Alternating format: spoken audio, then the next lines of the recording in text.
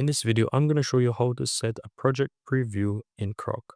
All you have to do is to click on projects on the left side and you will find the project that you want to set a preview for.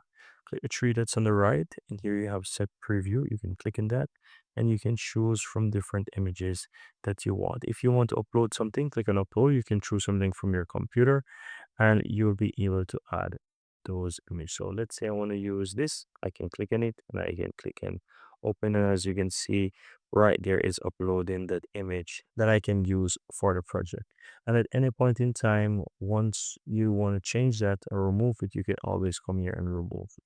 But right now you can see that the project image or project preview is now selected and I can click on change preview and that's it. And so those project preview are changed. And as you can see, this one's changed and it looks pretty nice.